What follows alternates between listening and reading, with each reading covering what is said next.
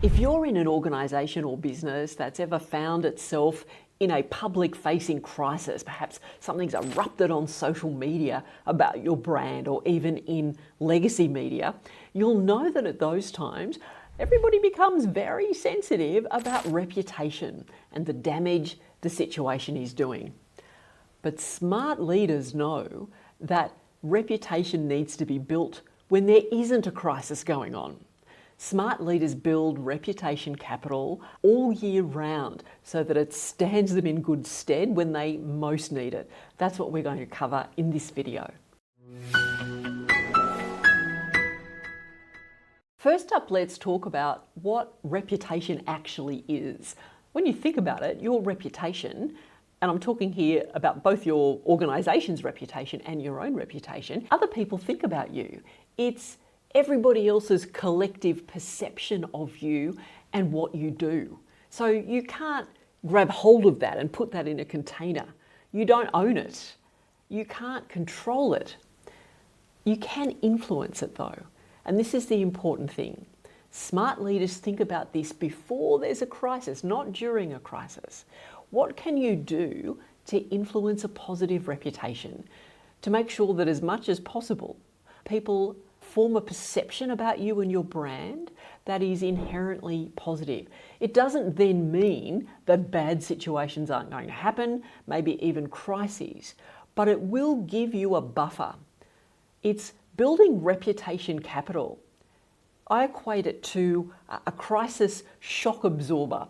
It's not going to make the crisis go away. It's not going to stop your critics saying things on social media that you don't like, but it will give you a measure of a buffer. It will buy you a little bit of time because you've now established a measure of trust and goodwill with a large body of your audience, of your stakeholders. As I said, you can't control your reputation, but you can influence it.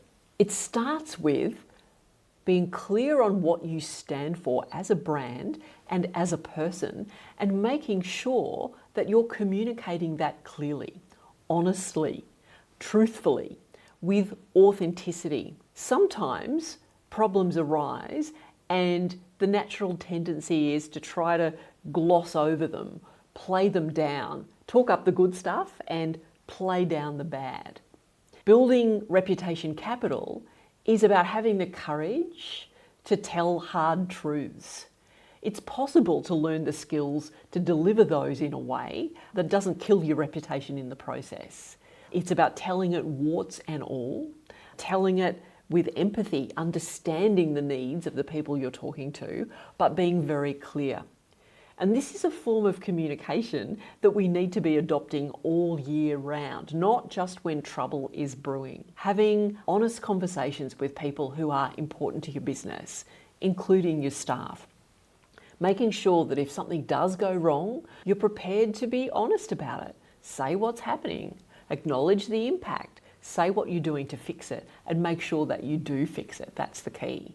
So it's building trust through being a truth teller.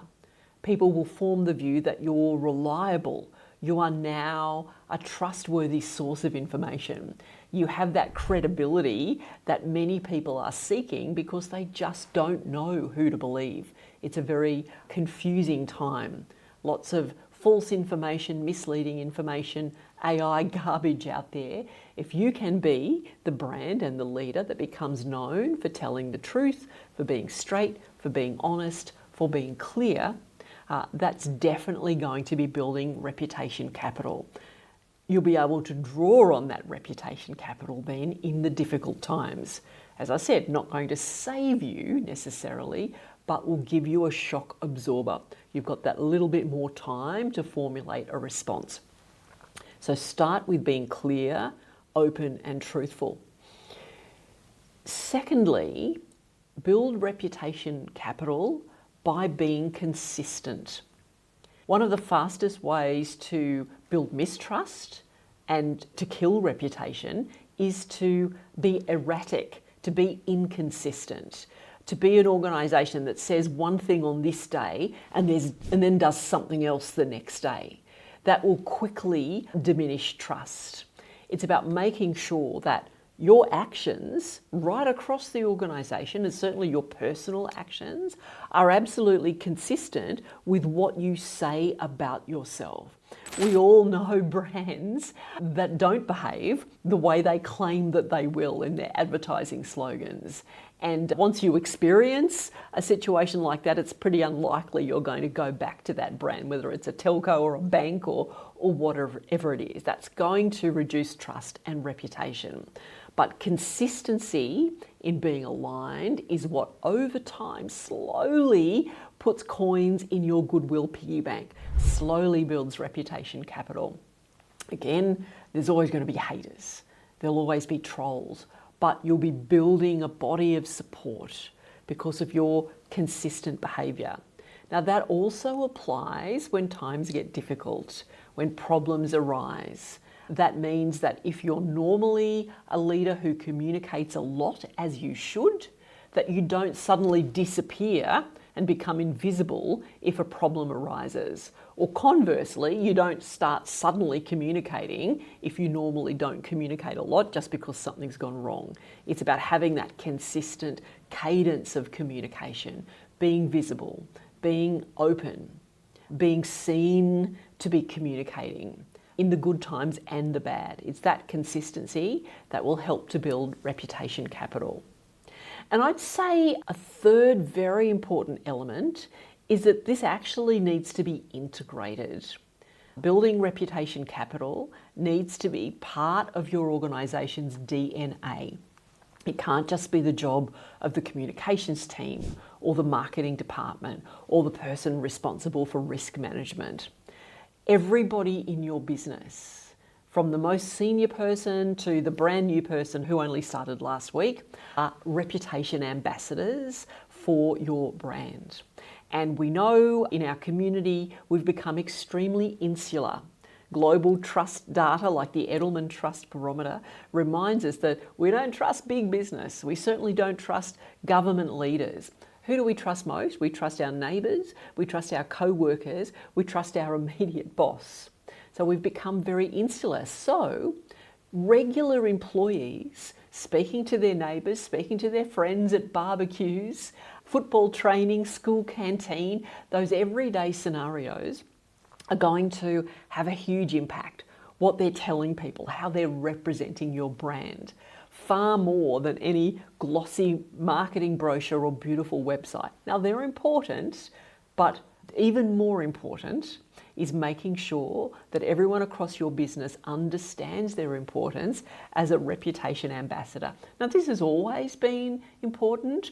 Word of mouth has always been right up there, but now with AI, with other developments where people don't know who to trust, they're going to be looking to everybody who's part of your organisation, and their words and actions will form an impression.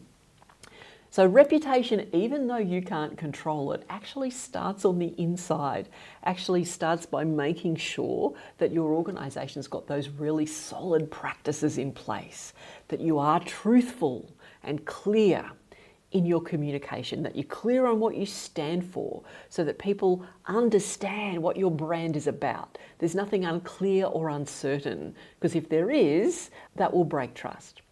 You're prepared to be consistent so that your actions match your words and they're consistent all the time, not just in the good times, not just at certain times of the year, but always. And that this commitment to building reputation capital is actually part of who you are, and everyone across the organisation understands their crucial role as a reputation ambassador. This is a long game. It's not something that is over in 5 minutes. And if you've had some public facing problems, rebuilding reputation can be a slow process. But with commitment, with genuine commitment to change and putting these steps in place, little by little, you will build and rebuild your reputation capital. So you will have a crisis shock absorber. I hope that a crisis never comes to your organisation and you don't have to put any of those quick response skills into practice. But the likelihood of experiencing something serious is pretty high, particularly in this day and age with AI and all of those things. So don't wait for that to happen. Be a smart leader who builds reputation before you think you even need it. Build reputation capital daily, and it will most definitely pay off for you in the long run. I trust that's been helpful for you. Please reach out to me if I can support you in building reputation capital across your organisation. I'll see you next time.